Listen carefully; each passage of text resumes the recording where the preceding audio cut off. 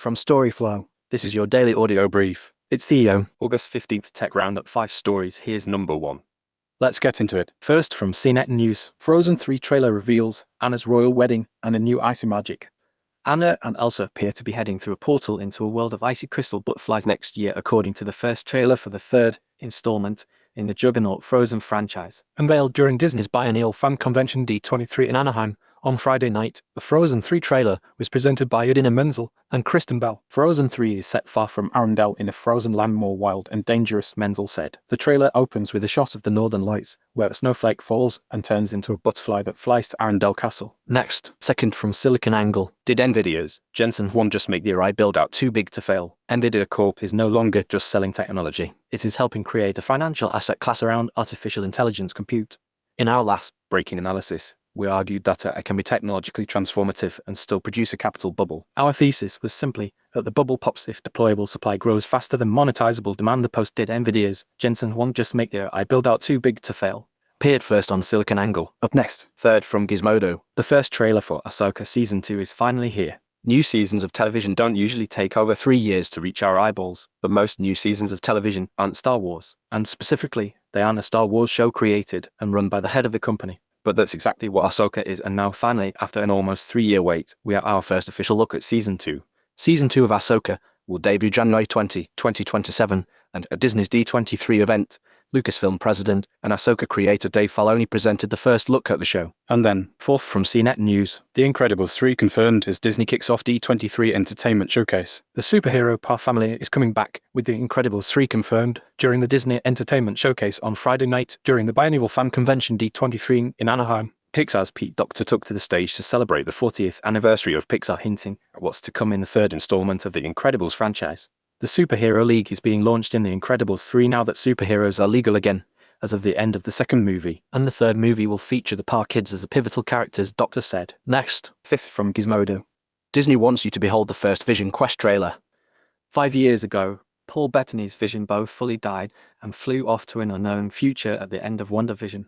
Now here's Vision Quest coming to D23 to show us what awaits the white android now that he's on his own. With memories of his former life now restored, Vision's struggling to care about them on an emotional level like he should. What he can do, while living on his own, is hallucinate and simulate human personifications of our characters from the MCU's past like Edith, Emily Hampshire, F.R.I.D.A.Y., Ola Brady, and even his father, Ultron James Spader. Up next, sixth from MT's Life, 8/14 Cursor Space XAI. SpaceX AI just sealed a $60 billion deal to buy Cursor, the AI coding startup that grew from a modest MIT project into a $6 billion ARR contender. The purchase was the only way to keep Cursor's team and its composer model in-house. The alternative was a $10 billion breakup fee that would have left both companies scrambling for talent. After an $8 million seed round and a $60 million Series A, it vaulted from $1 million to $100 million ARR in a year, then hit $1 billion the next year. XAI, founded by Musk after his split from OpenAI, built massive models but fell behind OpenAI and Anthropic. Cursor started in 2022 as Enosphere, first trying CAD tools before pivoting to a VS Code-style editor tuned for large language models. By early 2026, most of its founding team had left, so Musk turned to Cursor's engineers to rebuild the model pipeline. Since the acquisition, Cursor's Composer 2.5 has matched frontier performance at lower cost, and XAI's Grok 4.6 now sits just behind the top 3 models. Musk says a 10 trillion parameter Grok is already in training. And then, seventh from Abhijay Vayuru, Claude is adding invisible watermarks to AI text. Here's what you should do now. Claude is now slipping an invisible watermark into any text it generates on models launched after early August 2026. Because the watermark lies in the word selection itself, it survives copy and paste, basic formatting changes, and even a few edits, but a thorough rewrite, heavy paraphrase, or translation can dilute the signal enough that detectors won't pick it up. Anthropic hasn't released the exact detectee on algorithm yet, so anyone claiming to know the precise method is guessing. The mark isn't a visible tag, it's a subtle bias in the token-by-token choices that leaves a statistical pattern across the whole passage. What we do know is that the watermark is meant to be harmless. Anthropic says it doesn't alter meaning, readability, or quality, and Google's own research on a similar system found no noticeable drop in user satisfaction. Still, the watermark alone can't prove who wrote the original ideas. It only indicates that Claude touched the text at some point, whether for proofreading, translation, or summarizing. Because the detector isn't public, employers or schools can't reliably use the watermark as proof of cheating right now. The real takeaway is to treat Claude as an editor rather than a full draft writer. keep version histories, notes, and source links so you can demonstrate the evolution of your work. If you want to stay clear of any ambiguity, ask Claude to point out factual checks, unclear sentences, repeats, and grammar issues without rewriting the passage, then make the final tweaks yourself. In short, the watermark is a technical response to EU transparency rules, not a secret or written flag. It survives light editing, but can be stripped by substantial reworking. Focus on maintaining a clear audit trail of your drafts and use Theo as a tool that you control rather than a black box author. That's the safest way to keep your work both authentic and compliant. Next, 8th from the register, Anthropic says text watermarking scheme relies on inconsequential words.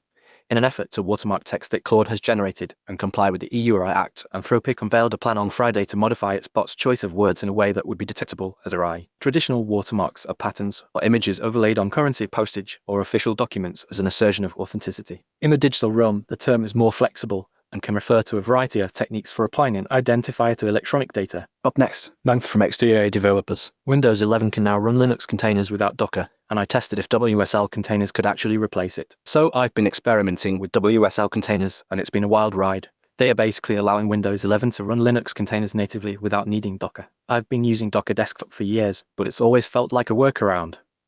Now Microsoft is giving us a native solution that's actually pretty seamless. The way it works is you can create a container in WSL and then run it directly on Windows without needing to spin up a whole new environment. It's like having the best of both worlds, the flexibility of Linux containers and the convenience of running them on Windows. I've been testing it out and it's been Surprisingly robust. I've been able to run all my usual containers from LAMP stacks to Node.js apps, and they're all working as expected. The performance is also really good, which is a relief. I was worried that running Linux containers on Windows would be a bottleneck, but it's actually been pretty snappy. One thing that's still a bit rough around the edges is the integration with Windows. Sometimes it feels like WSL containers is still a separate entity from the rest of Windows, and that can make things a bit confusing. But overall, I'm really impressed with how far Microsoft has come. This could be a game changer for people who run mixed environments like me. That's it for today. Tomorrow morning, whatever the night brings. Stay curious. Want this every morning? It's free. Set up your own feed at storyflo.com.